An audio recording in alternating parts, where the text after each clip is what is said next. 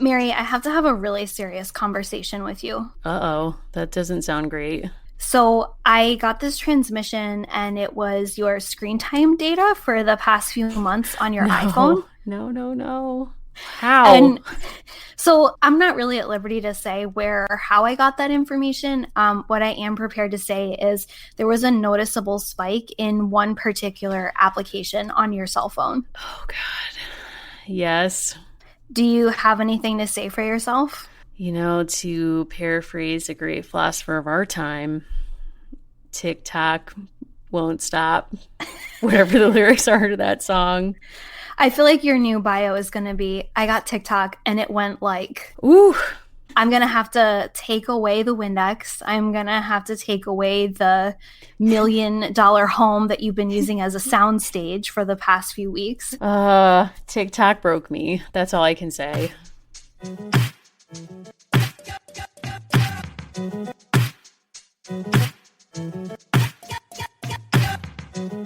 Welcome to American Girls. This is the podcast where we're reliving the American Girl series book by book. I'm Mary. I'm still Allison. And here we are again, Allison, with a very special bonus episode. We already had an episode this week. We're coming back with a mini episode. We really can't be stopped with this content. Really just like a millennial on TikTok. That's true. It's so sad. It's so dark. I told some college students today that I recently discovered TikTok, and I could feel like they were so sad for me. It was so dark. And also like what they're using TikTok for versus what I'm using it for is so different. Where I'm like, guys, isn't Houses of TikTok amazing? Like these crazy house tours. And they just gave me like a 1,000,000-mile stare. I was like, okay, never mind. Sorry. It's like, are we wanted on that website? No, we are not. Were our parents necessarily wanted right away on Facebook? No, they were not. History repeats itself. Wow. I mean, just like these generational cycles and shifts, like I don't want to be part of this. And yet here I am. Here we are. And I think among the many things that we bring to the world, like we used to talk about our expertise and not expertise. It's like I'm cultivating an expertise in the way people present themselves in mirrors on TikTok. Yep. Same. Like I'm also very into how people's presentation of their space tells a story about themselves. And that's my TikTok expertise. Like I will watch literally anybody's tour of their house on TikTok. Are you watching things other than TikTok? Like what have you been into? I've been dipping in and out of a lot of things. So I want to say that I've been watching a show called Betty on HBO, which is like my dream. It's like a show about women who skateboard. And as you know, I've been restricted from skateboarding, and that's been really tough for me. Extremely tough for me. Like, Anna, if you're listening, I still, July 31 is my birthday. I would love a skateboard. Thank you. Then I've also been watching, we watched all of Never Have I Ever, Mindy Kaling's new show on Netflix, which is also really, really excellent and made me cry. Betty did not. That show certainly did. It took me a couple episodes to get into it, but I really, really highly recommend it. And lastly, I also watched, there's a movie called The Half of It on Netflix, and it's directed by Alice Wu. And I've not seen her first film, which came out in 2004, because it's not streaming anywhere right now, but I really want to see it. It's a really excellent, like, coming of age movie on Netflix, really accessible, really well done. Also cried during that. I don't know, Allison, I'm just crying looking at screens these days. Like, what are you up to? Gotten back into Hoarders, which makes me feel stable. And as you know, I'm like binge watching back all of Catfish because I think it's an American treasure. I don't want to say a more serious, because I think Hoarders is very serious, but differently serious recommendation is there was recently a series on HBO about the Atlanta child murders, and it's really, really well done. A criticism that people have had of the show is that the first 15 to 20 or so minutes are about everything. Like it's a kaleidoscope of 50 years of Atlanta history and broader civil rights history. Let that be your invitation as opposed to a marker of confusion. I think it's one of the better things I've watched in true crime, and I watch a lot. Yes, you do. I think one of the most brilliant lines in the series, so the Atlanta child murders is a list of young children, all Black children who were murdered in and around Atlanta in a very short, like less than 2-year period of time.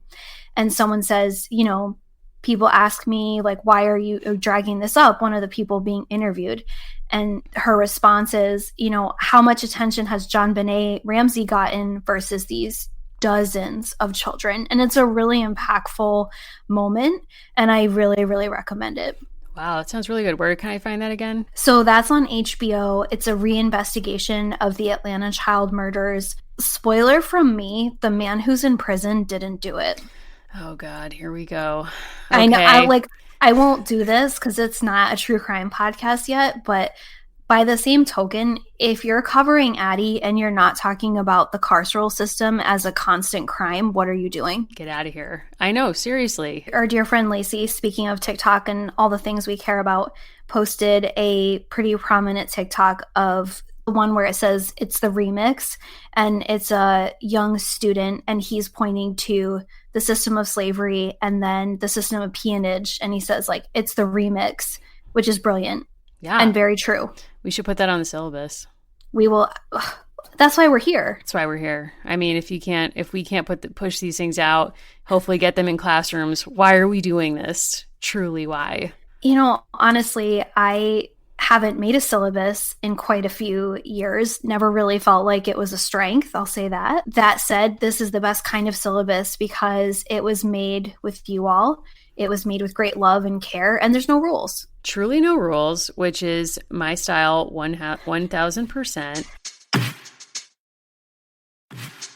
Just want to start off by saying thanks to everyone who reached out to us, whether it was via DM, email, who knows what. Really appreciate you all sharing stuff with us. We do, and I really appreciate the flexibility that all of you have with us. When we started this out and we watched the Felicity movie, we were like, we will never top this. Like, there's the mountain of Shailene Woodley, and we will never come off of that mountain. And then you all wrote some, like, truly deeply depraved fan fiction about Josefina. I'm still not over that. And then you all went with us as we talked about Kirsten.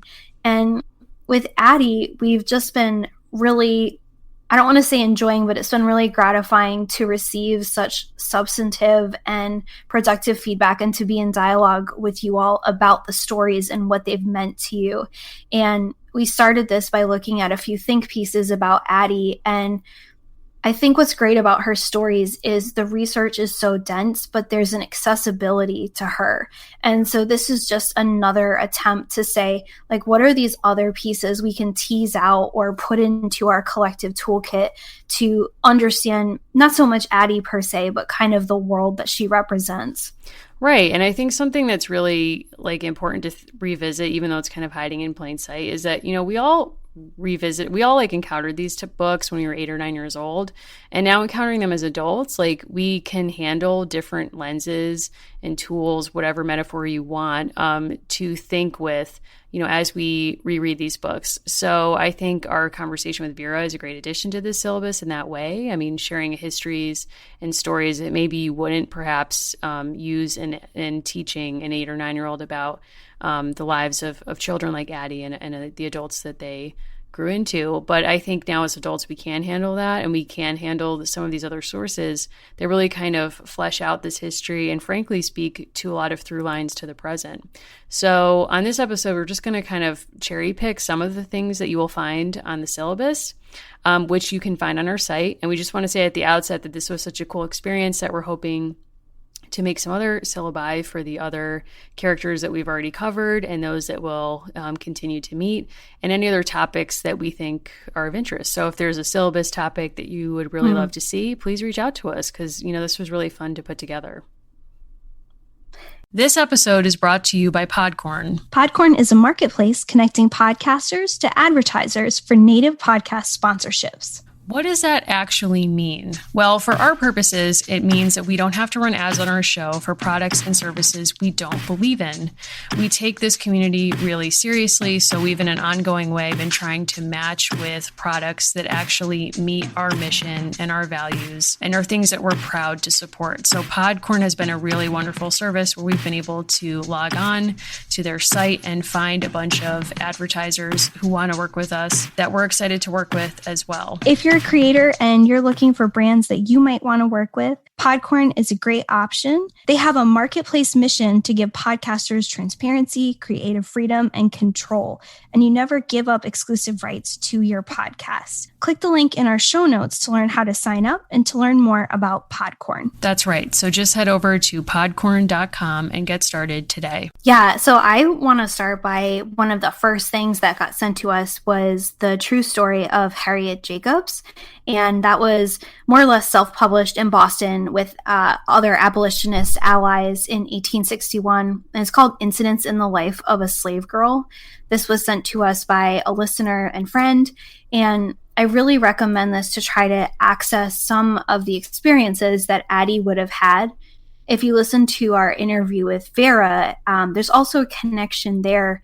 This woman narrated her story to a white abolitionist, and then she turned it into what she thought would be sort of a readable novel type story for other abolitionists and allies. So there are some problems with the book. So you want to pick up a more recent copy that has good annotations and a good introduction, but that's really a great primary source to start with. Yeah, and that's an excellent source because for a lot of reasons, as you're saying, but I think thinking about how we get these histories and mediated through what sources also helps us to think about how important power is in terms of who gets to share these histories, where they get to be shared, and who mediates them. So who gets to just write an autobiography with no one filtering their content? So if you think about the autobiography of Ben Franklin, one of the most famous autobiographies in American history and earliest, no one was saying, well, Ben, thanks for telling me your story. I'm going to put this in prettier prose because, obviously you can't handle that. And I'm just going to pretty this up too because I know what readers should get out of your life. No, like Ben Franklin would have probably thrown his early eyeglasses at you, maybe struck you with a lightning bolt. I'm not sure. But the point is, if you think about autobiography as like, what? Allison, Ben Franklin was a wild person. We don't know what he was capable of. We don't know. Anyway, Allison, pull it together. I know. It's so early in the episode. Oh, God. Oh, my God. You're having a breakdown. Pull it together, woman. I know. Yeah. Maybe not. What is doing this to you? I don't know. I will say for the listeners, like just being reflective, we both listen to hours of tape of ourselves weekly, which is not as pleasant as someone might imagine, right? It's uglier on this show, and it's definitely a function of quarantine and not a function of a change in serotonin or anything else. So just putting that out there. Like, I giggle nonstop in our chat with Lacey, and like, she's great. But you were just like, but I think it's also a function of like, I'm under socialized. We'll get back to Addy. Wow. I'm keeping my eye on you. I'm worried about you. I think we're just like living it up in real time. We kind of are. I mean, as you know, I forced you to watch Keeping Up with the Kardashians with me. It's like we're all turning to coping mechanisms we never thought we'd dip back into, but here we are. If that makes you laugh, just like engage it, embrace the giggling, Allison. We need it. We need it in these times. Whatever you need to get through, I'm here for you. Like the TikTok of it all, I get it. So just lean in, except not in the Sheryl Sandberg way.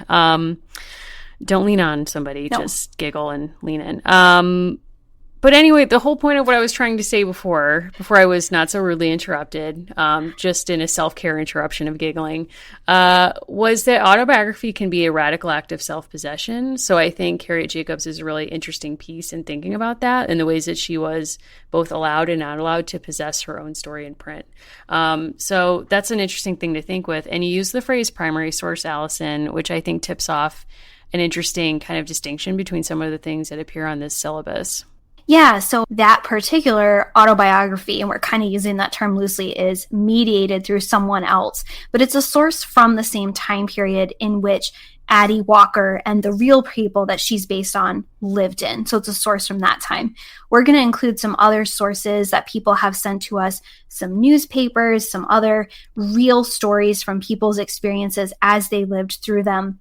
But we also want to give you perspectives from historians, scholars of empathy, people who study these topics, who are looking at them and writing secondary sources. So a good thing as an example to pair with something like the Harriet Jacobs story would be Dr. Marcia Chatelain's American Historian, Meet American Girl.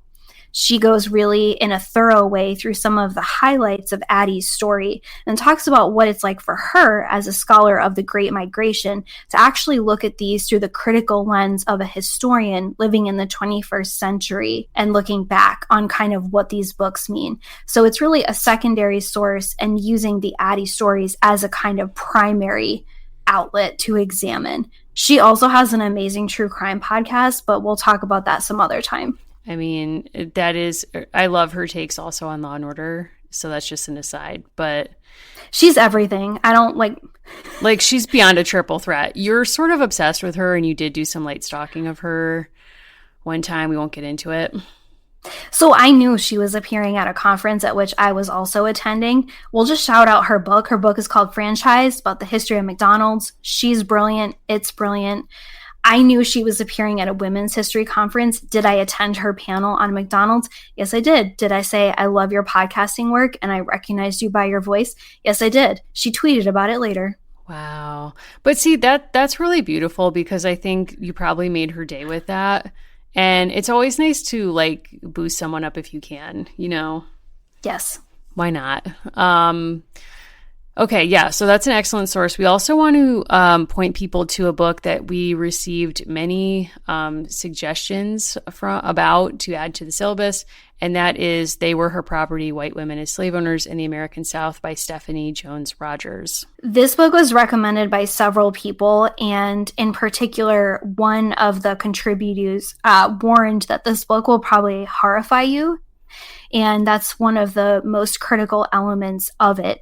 When we were studying United States history and particularly women's history, one of the biggest changes that's happened in the past 20 or so years was this perception from thinking of women as one big category in the 19th century and thinking of all women as oppressed, and this critically important transformation in noting the ways in which women used white supremacy as a vehicle to prop up their own power vis-a-vis Black women, vis-a-vis Chinese women, the way that white women were supporters of systems of misogyny, even if they weren't universally beneficial for them.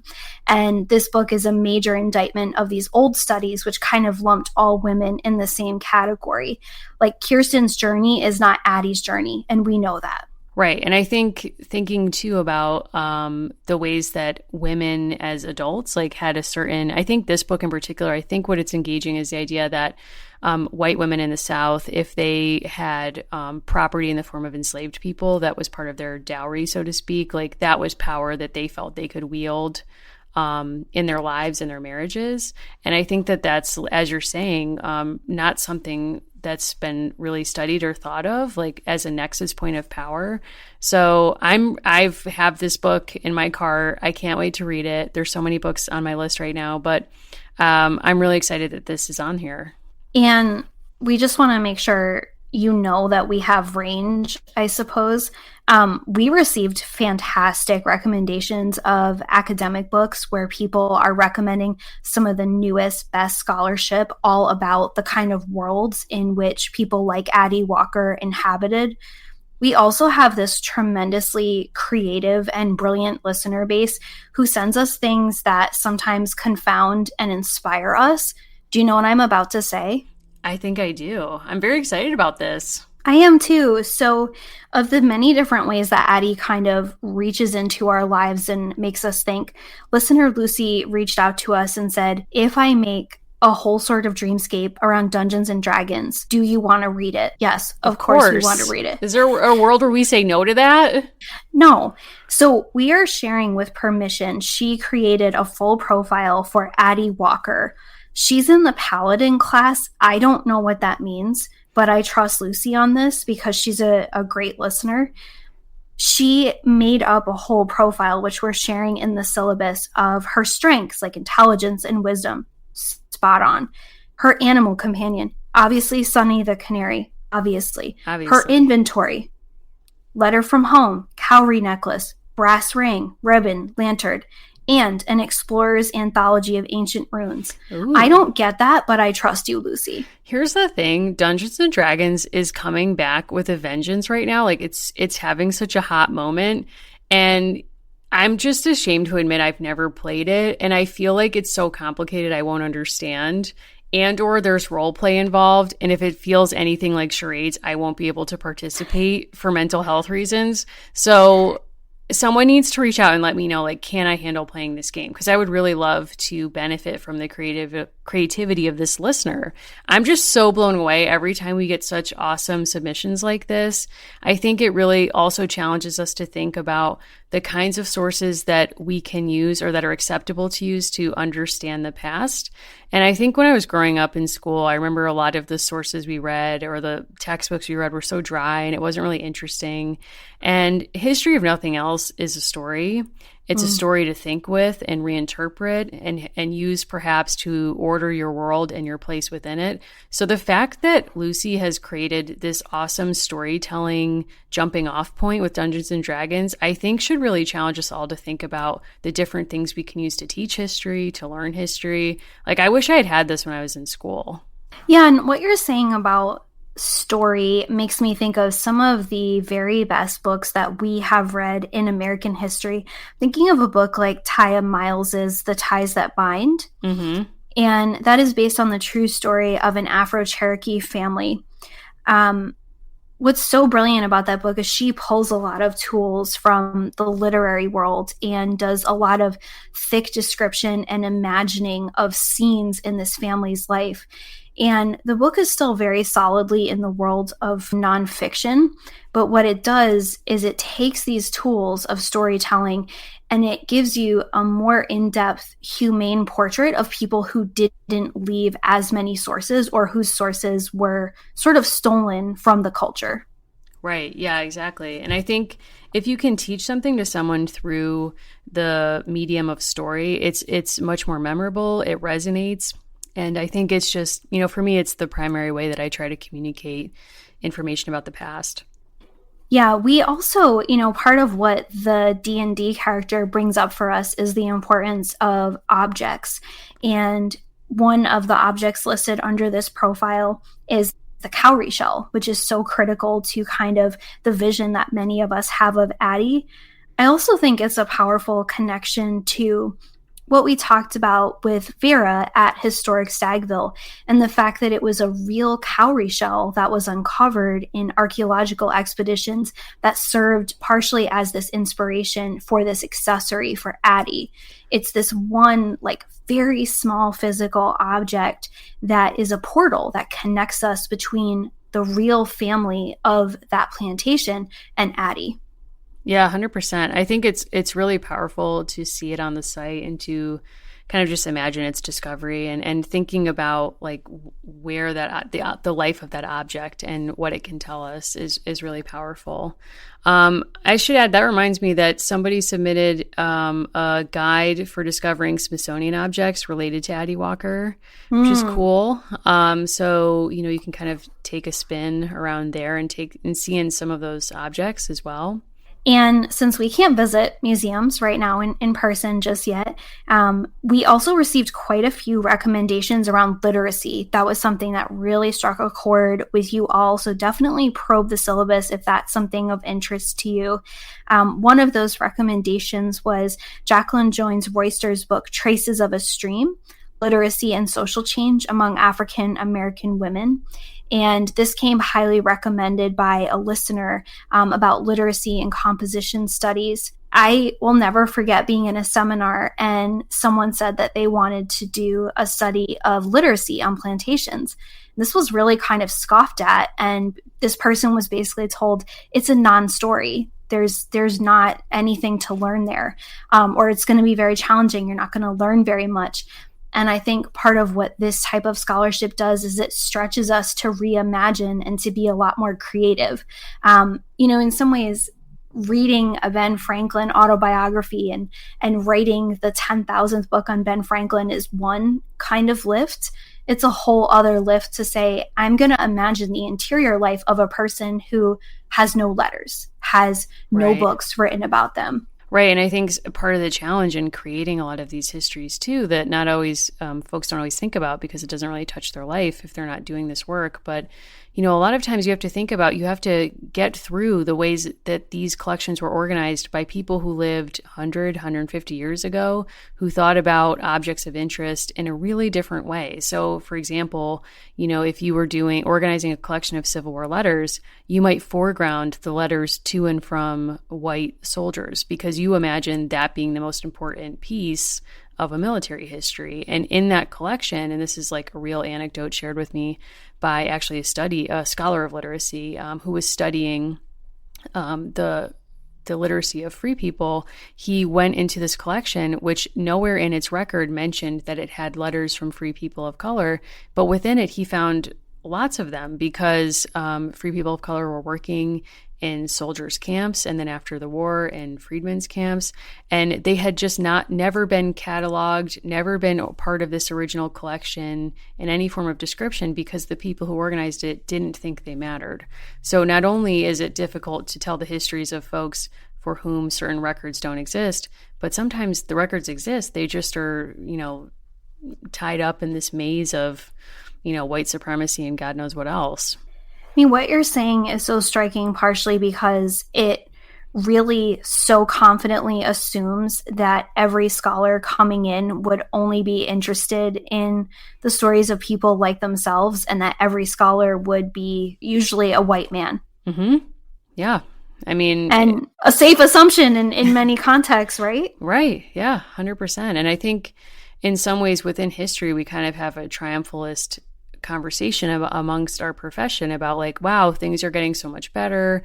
We're studying not just white men anymore, not just elite white men, but, you know, the fact that these are still issues, like we're still having to navigate the choices somebody made 150 years ago and how they organized their collection. That it's not only deciding to tell broader stories and be more representative, but also having to, in some cases, re-examine collections and how they've been organized or cataloged so that folks who want to tell those stories can. So you can kind of appreciate just how difficult it can be, but also that's how history works. I mean, the stories we tell of the past are always determined by the standards of the present. So even as our public conversation right now continues to change, the things that we care about change, we will continually be renegotiating the past. So, you know, it's a minefield for sure. I also think we're living in an age where people fortunately are able to share, you know, like the power dynamics are still there, but people are able to share with us, with other people, brilliant interpretations and reinterpretations of history at a threshold that in some ways is easier to enter, right? Like there's still so many doors that are closed in the profession and closed to people. But I think of something like the fact that we've connected with so many people through direct message, or the way that people have reached out to us. The fact that there is an Aries ice cream and that someone who is a scholar of ice cream just shares that information. Thank you, Hannah Spiegelman. Yes. Just shares that information with the world and gives us, for example, an Ada Lovelace ice cream. That is really mind-blowing, and also, if you know history, not surprising. I'm thinking of someone like George Washington Carver. Mm-hmm. He was brilliant in so many ways and was a true scientist, a true academic. He also was noticing that, as an example, it made people feel better if their walls were interesting colors to them. And so he developed different pigments and dyes and natural-based wall coverings, basically like paint-adjacent type product. And that's also in the archives at Tuskegee. It's like people's creativity has always been there. I think something the internet does is it exposes toxicity on the other end, but then it opens us up to this range of creative people. Like, I think the internet as a source is something that if we had made this podcast 10 years ago would have felt really different. Yeah, I totally agree. And I think it kind of does this meta thing too, where it reminds us that the internet is a source. And in many ways, like Marcia's Ferguson syllabus inspired this syllabus. And a lot of the documentation around those events are people archiving tweets, archiving Facebook posts, and so on. And I think that's a big conversation right now amongst archives and special collections, is how do we archive our current history right now? Like, what are today's primary sources? If someone wanted to write the history of your life, what would they be using? Most likely they'd want to maybe see your browser history. How terrifying a thought is that? They'd want to see what you're putting out there on social media. What are you looking at? The things that define the shape of your day. And how do we preserve that history? If people aren't sending snail mail anymore, how do we preserve our present so that in some 50 years, 100 years from now, someone wanting to understand what was going on right now could write our history? But thinking about a lot of things on Twitter and even TikTok and Facebook and so on, it's like you can see so much of people's immediate reactions to news events, to this pandemic happening in real time. And you can really appreciate it when you start thinking as a historian about how valuable this stuff is and the challenge of really preserving it and sharing it. Yeah, two other sources that I think go exactly with what you're talking about. Dr. Ibram on Twitter, Dr. Ibram X Kendi tweeted, right after the aftermath of the breaking of the story about Ahmaud Arbery. He says, "I've been speechless all day about the lynching. Sometimes words can't paint the picture of thoughts, of feelings, of rage, of reckoning again with one's existence as a Black American. An existence of always being one step away from racist terror, from death." And this sparked a conversation on Twitter and other social media platforms about this event as a lynching.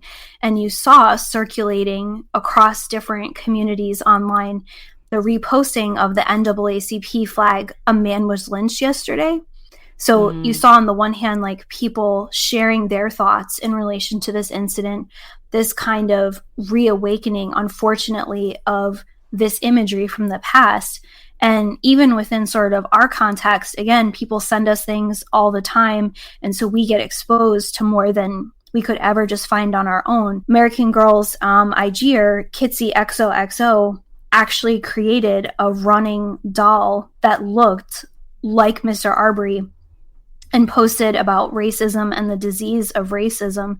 And I think if you were trying to explain 2020 to someone and you said, well, someone created an American Girl like me doll dressed up as a man who's going out for a jog and then connected it to an NAACP lynching flag.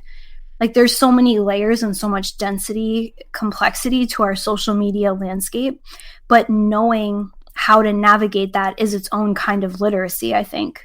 Yeah, 100%. And I think, in some ways, this syllabus is a gesture towards helping people do that. If they want to try to navigate all the available sources that could possibly help you think about these books or these topics or the things that they suggest, this is just one small entry point. And this is certainly something that we'll continue to accept submissions to and post on. But I think, as that tweet that you read tells us, it's also important to think about history in the past and the sources we have to recover it as always being somewhat limited. So in other words, we'll never really know what it was like in 1865 to do almost anything. I mean, we can recover material objects, primary sources, somebody's diary, letters people send to each other, newspaper coverage, whatever. But the truth, 100% truth of the past will always be somewhat elusive.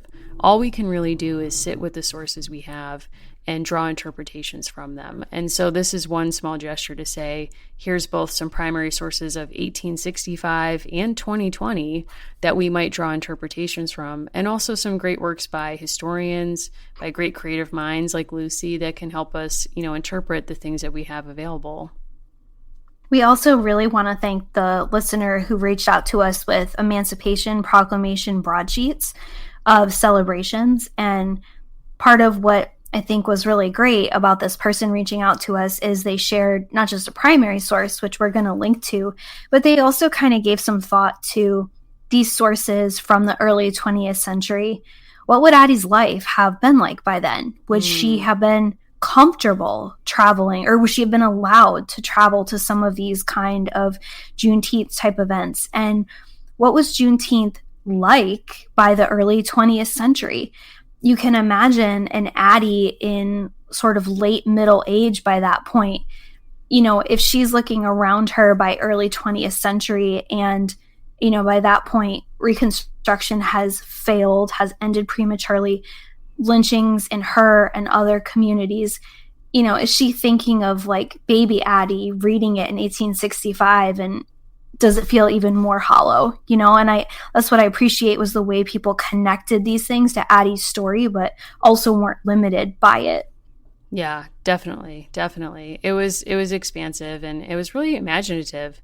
And, it's definitely inspired me to pick up some of these books that I haven't read yet. And, I'm just feeling very grateful for all our listeners. Yes, and you also send us funny pictures, and we appreciate that as well. We need those too. God knows.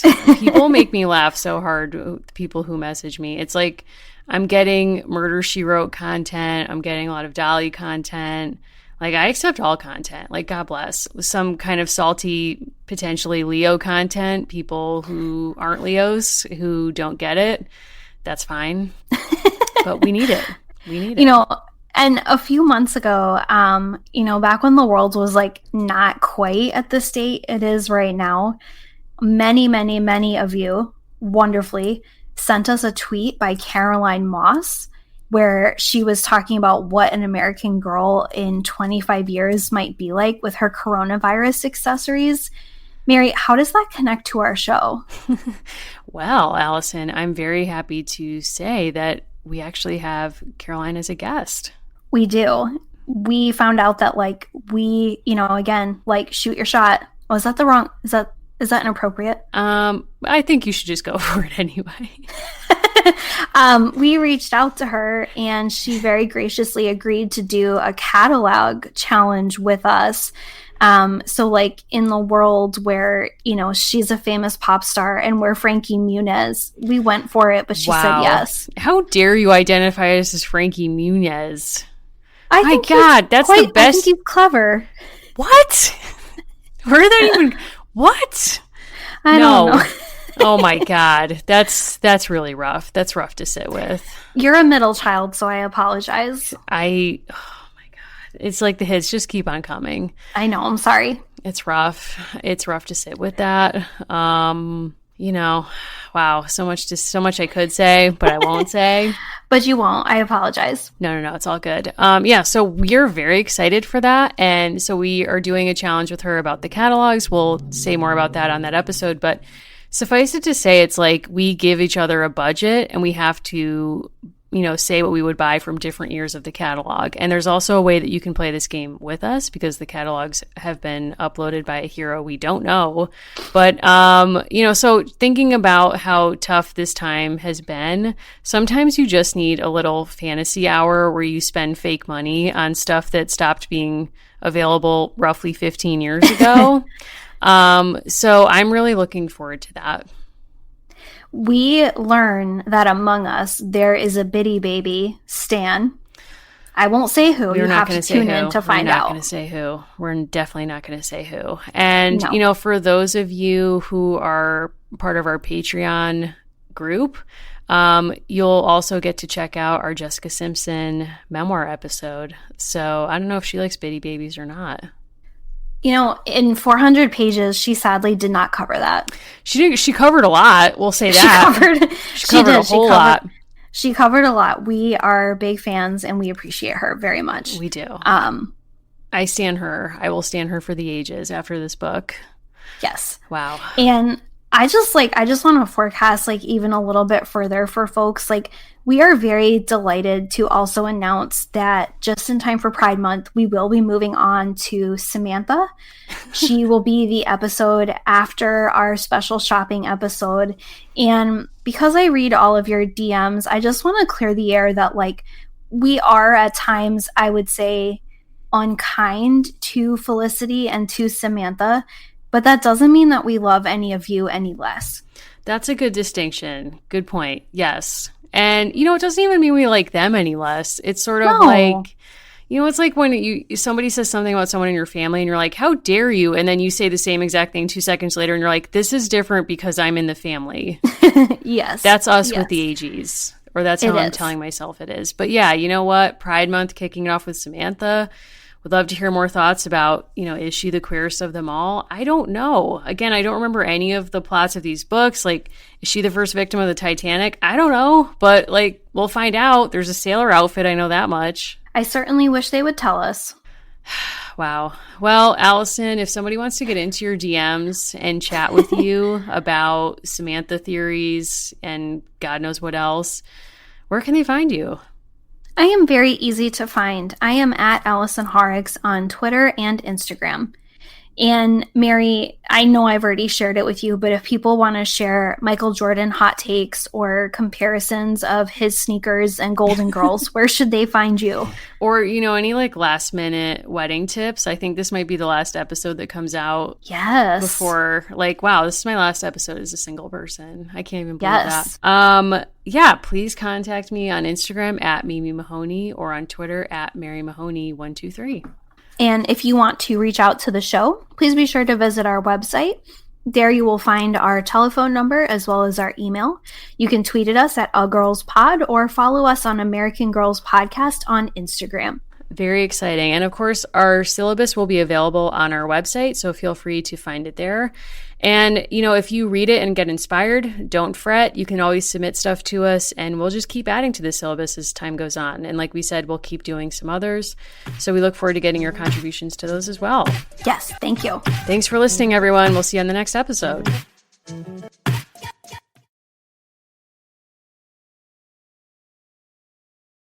At Arizona State University, we're bringing world-class education from our globally acclaimed faculty to you. Earn your degree from the nation's most innovative university. Online. That's a degree better. Learn more at asuonline.asu.edu.